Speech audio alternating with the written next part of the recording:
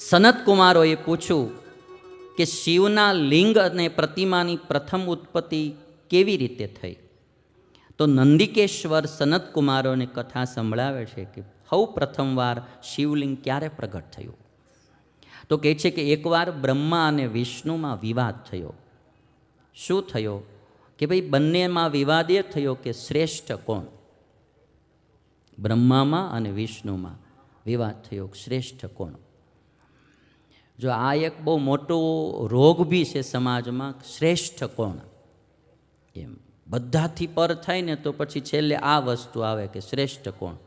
એટલે જો આજ બ્રહ્માજી બી આવી ગયા છે અને વિષ્ણુ બી આવી ગયા છે અને બે જણામાં વિવાદ થયો કે ભાઈ શ્રેષ્ઠ કોણ? બ્રહ્મા કે હું શ્રેષ્ઠ છું અને વિષ્ણુ કહે છે કે હું શ્રેષ્ઠ છું.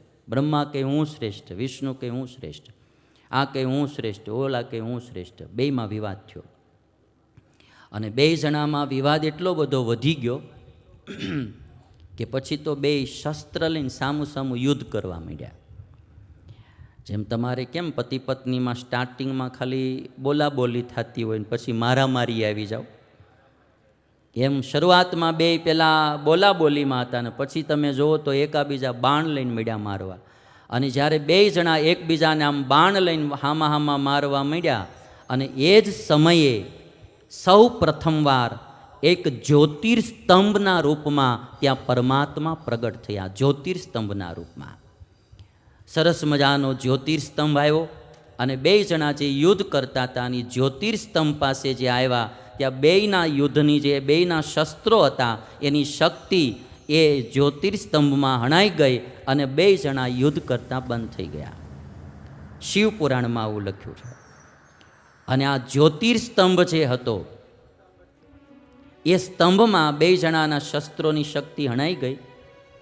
પછી બે વિચારવા માંડ્યા.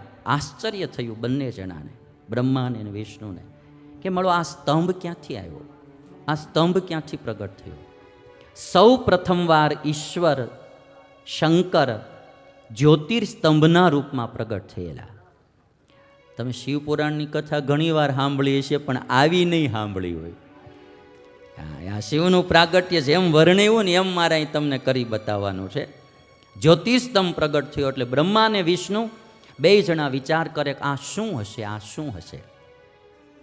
બે જણા એનો એન્ડ પામવા માટે, અંત પામવા માટે વિચાર કરે અને સ્તંભના અંતને પામવા માટે વિષ્ણુ નીચેની તરફ ચાલતા થયા અને બ્રહ્માજી ઉપરની તરફ ચાલતા થયા. બે જણા સ્તંભના અંતને પામવા માટે ચાલ્યા. વિષ્ણુ ભગવાન નીચે ચાલ્યા જાય, બ્રહ્માજી ઉપર ચાલ્યા જાય. હવે એમાં થયું એવું કે વિષ્ણુ ભગવાન નીચે ગયા પણ સ્તંભનો અંત ક્યાંય આવ્યો નહીં. એટલે વિષ્ણુ ભગવાનને એમ થયું કે ભાઈ આ અંત પામી નહીં શકીએ આપણે, આનો એન્ડ ક્યાંય દેખાતો નથી. એટલે વિષ્ણુ ભગવાન પાછા આવી ગયા.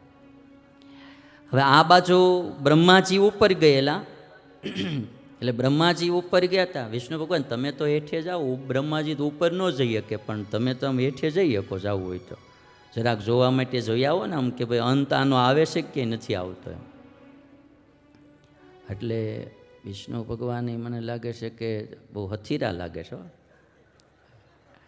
એકદમ આશીર્વાદ દેતા દેતા જાય તમને બધાને.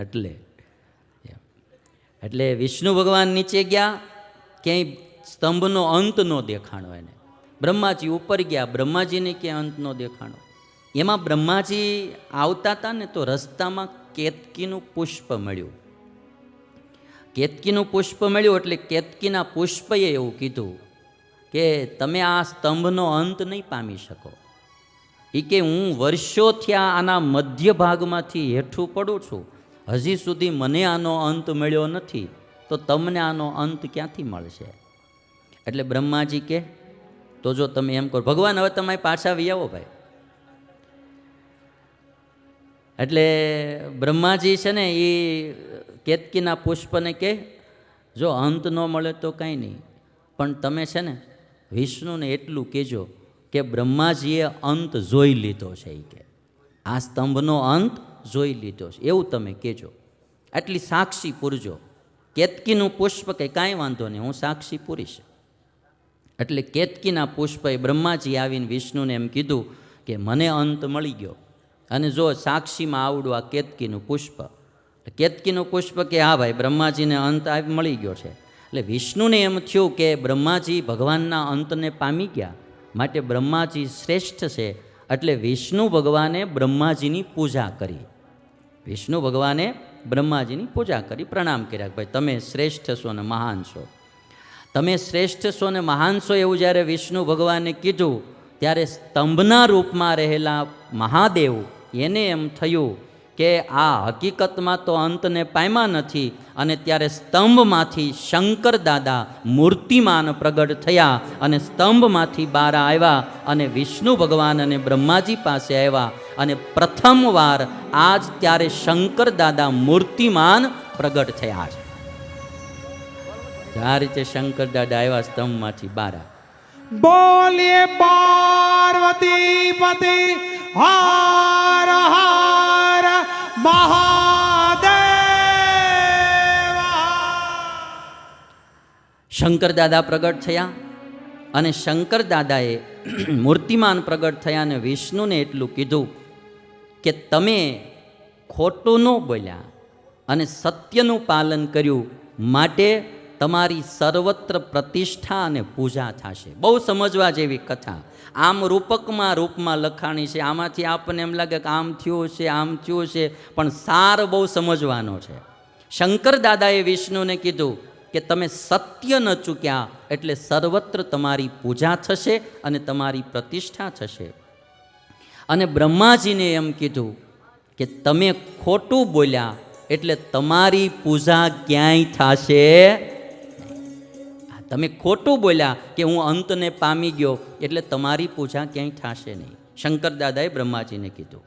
અને કેતકીને એટલું કીધું કે તમે ખોટી સાક્ષી પૂરી, માટે આજથી મારી પૂજામાં કેતકીનું પુષ્પ ચડશે નહીં. શંકર દાદાએ કીધું કે મારી પૂજામાં કેતકીનું પુષ્પ ચડશે નહીં, તમે બી ખોટું બોલ્યા. અને શંકર દાદાએ બ્રહ્માજીને એમ કહ્યું તમે ખોટું બોલ્યા.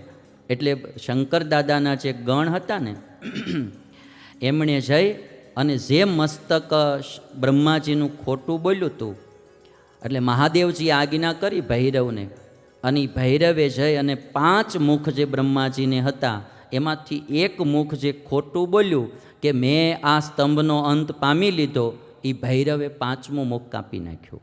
ત્યારથી બ્રહ્માજી ચતુર્મુખ થઈ ગયા, નહીતર પંચમુખ બ્રહ્માજી હતા. આવું શિવપુરાણમાં લખ્યું છે.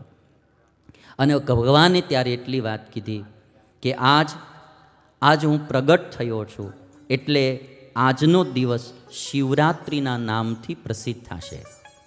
પહેલાં વહેલા ભગવાન શંકર મૂર્તિમાન આ રીતે પ્રગટ થયેલા જે દિવસે શંકર દાદા બ્રહ્મા અને વિષ્ણુને કહે છે કે આજના દિવસે હું પ્રગટ થયો છું, એટલે આજનો દિવસ શિવરાત્રિના નામથી પ્રસિદ્ધ થશે. અને જ્યારે આ જ્યોતિર્મય સ્તંભ પ્રગટ થયો ત્યારે માર્ગશીર્ષ માસમાં આદ્રા નક્ષત્રનો દિવસ હતો. અને શંકર દાદા કહે છે કે આ દિવસે શિવરાત્રિના દિવસે જે મારા લિંગ અથવા પ્રતિમાના દર્શન કરશે એ મને મારા પુત્ર કાર્તિકેય કરતાં પણ અધિક પ્રિય થશે. અને શંકર દાદાએ કહ્યું કે અહીંયા અનલના પહાડની સમાન મારું લિંગ ઉત્પન્ન થયું છે. અનલ એટલે અગ્નિ, એક જ્યોતિર્મય લિંગ પ્રગટ થયેલું સ્તંભના રૂપમાં. એટલે કે છે કે અહીંયા અનલના પહાડની સમાન મારું લિંગ ઉત્પન્ન થયું છે, માટે આ સ્થાન અરુણાચલ નામથી જગતમાં પ્રસિદ્ધ થશે. શંકર દાદા કહે છે. અને મનુષ્યોની સુગમતા માટે મારું આ લિંગ અત્યંત નાનું થઈ જશે અને મારા લિંગની આજે પૂજા થશે. એટલે ભગવાન જે શંકર મૂર્તિમાન હતા એ વળી પાછા નાના લિંગ રૂપ થયા અને લિંગ રૂપે પણ ભગવાનની પૂજા શરૂ થઈ. અને શંકર દાદા કહે છે કે મારું લિંગ રૂપ અને પ્રતિમા રૂપ એમાં મુખ્ય લિંગ રૂપ જ રહેશે, પ્રધાન રૂપ રહેશે, અને પ્રતિમાનું રૂપ ગૌણ રહેશે. એટલે શંકરની મૂર્તિ પૂજા કરતાં શંકરના લિંગની પૂજા વધારે થાય છે. અને પછી બ્રહ્માજી અને વિષ્ણુ બેએ શંકર દાદાની પૂજા કરી. લિંગની જે લિંગ નાનું બની ગયું એ લિંગની પૂજા કરી. અહીંયા બ્રહ્માજી અને વિષ્ણુએ સૌ પ્રથમ શિવજીની પૂજા કરી. તો આ શિવપુરાણની કથામાં સૌ પ્રથમ શિવરાત્રિના દિવસે ભગવાન પ્રગટ થયા શંકર, અને પછી લિંગરૂપ થયા, અને સૌ પ્રથમ શિવલિંગની કોઈએ પૂજા કરી હોય તો એ બ્રહ્મા અને વિષ્ણુએ શિવલિંગની પૂજા કરી છે.